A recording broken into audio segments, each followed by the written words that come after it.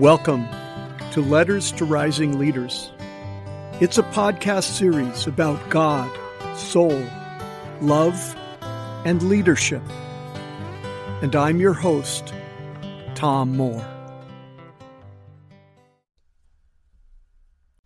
If you're joining along in my book, Letters to Rising Leaders, this is week 29, and the topic is American Democracy, Equal Justice. We're in the third quarter now.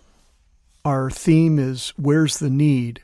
And for the past couple weeks and for the next three, we're talking about American democracy and talking about those 5 core values at the heart of American democracy: individual liberty, equal vote, equal justice, equal opportunity, and truth. And how every time we strengthen those core values, we're strengthening our democracy, which is sacred. I'm going to share 2 stories with you today. The first is about a woman named Cheryl. In 2020, just before COVID hit and shut everything down, I had the privilege of participating in a prison ministry retreat over a weekend at Salinas Valley State Prison in California. And that 4-day weekend was one of the most transformational experiences of my life. As a member of the retreat team, I needed to participate in a series of training sessions, each of them 4 hours, which were held on a handful of Saturdays in the weeks leading up to the retreat. And one Saturday, there was a featured speaker, a woman by the name of Cheryl. And she told her story. She and her husband and her 16-year-old daughter lived in Salinas, California. And one night as they were asleep, they heard a crashing sound. And suddenly, 3 young men bearing guns were standing in their master bedroom. And these men started shouting about opening up the safe. But the family didn't have a safe. One of the gang members began roaming around the house and came upon their 16-year-old daughter, and he hauled her into the master bedroom. And there the young girl was violated right in front of her parents. The father lunged at one of the men and was shot dead. The gang members fled the home, but were captured by the police. They were charged and tried and sent to prison. It was a horrific, shattering, life-destroying crime.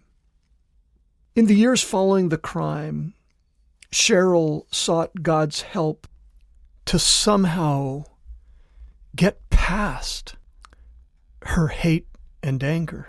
She found herself going down a new path, a path that she now refers to as restorative justice.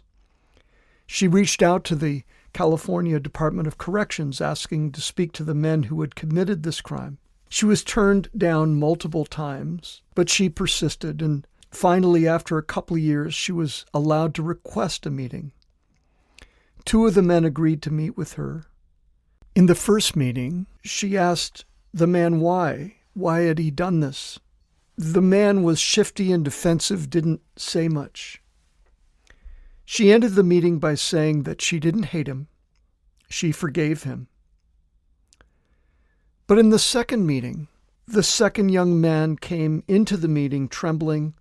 As he sat down, his head fell to the table, and he sobbed and sobbed. He apologized again and again. She forgave him as well, and began to write to him. And the young man began to turn his life around. In the ensuing years, the woman became an advocate for this young former gang member to receive an early release for good behavior. And he was released, and ever since she's kept in touch, encouraging him to move forward in his life. Can you imagine her impact on that man? That's restorative justice. The second story is much shorter. It's about a friend of mine who lives in Santa Monica, California, mid-30s.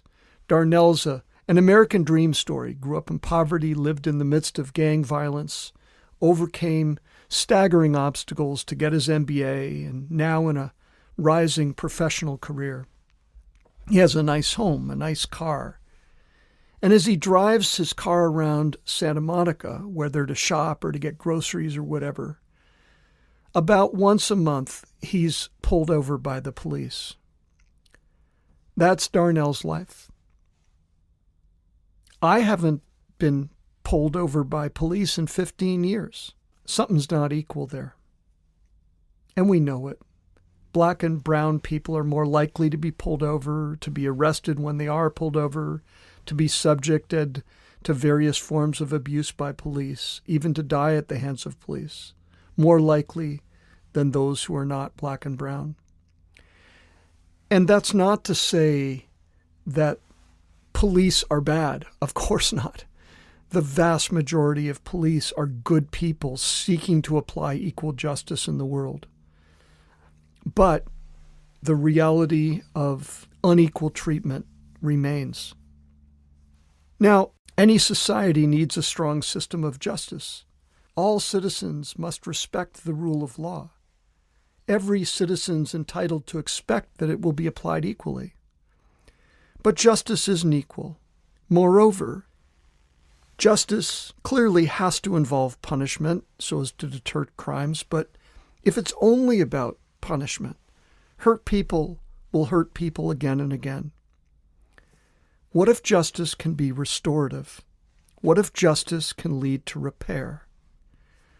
Are you called to pursue equal justice in America?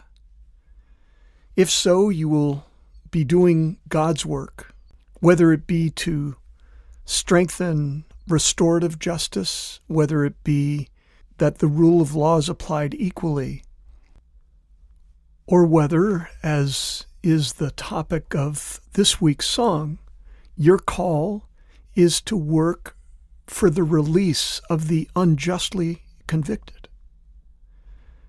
The song I wrote is called Warrior of Justice. Robert Berry joins me in instrumentals and in harmony. Enjoy.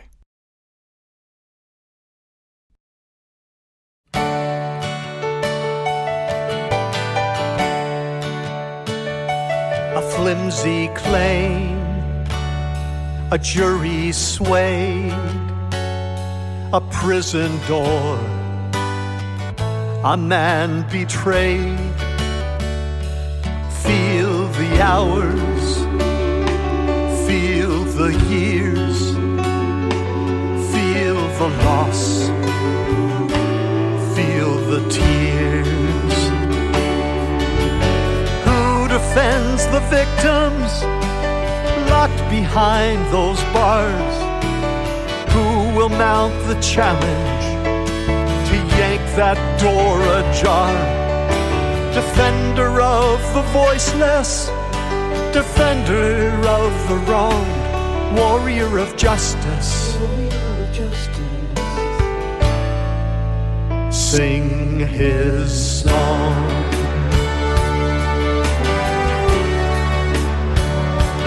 Prison years, life on hold, prison fears, growing old, petition made, case reviewed, justice gained, life renewed. A crowd of dozens gather as he enters liberty and runs into the waiting arms of the man who set him free. Defender of the voiceless, defender of the wronged, warrior of justice. Sing his song.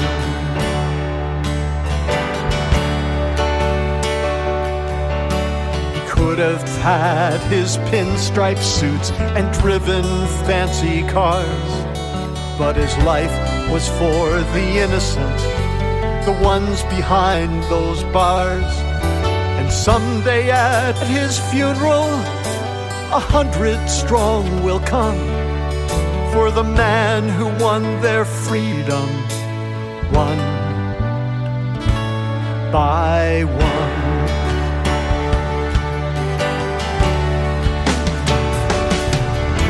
Defender of the voiceless, defender of the wrong.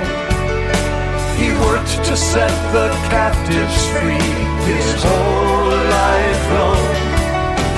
Imagine God in heaven when he greets him all alone. Warrior of justice, warrior of justice, warrior of justice, warrior of justice. Welcome home.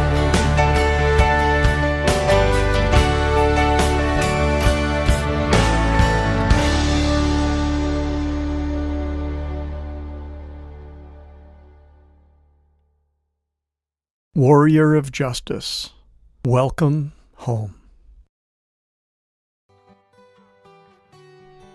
Well, that's it for today. I hope you'll join us next week for the next episode in this Letters to Rising Leaders podcast series.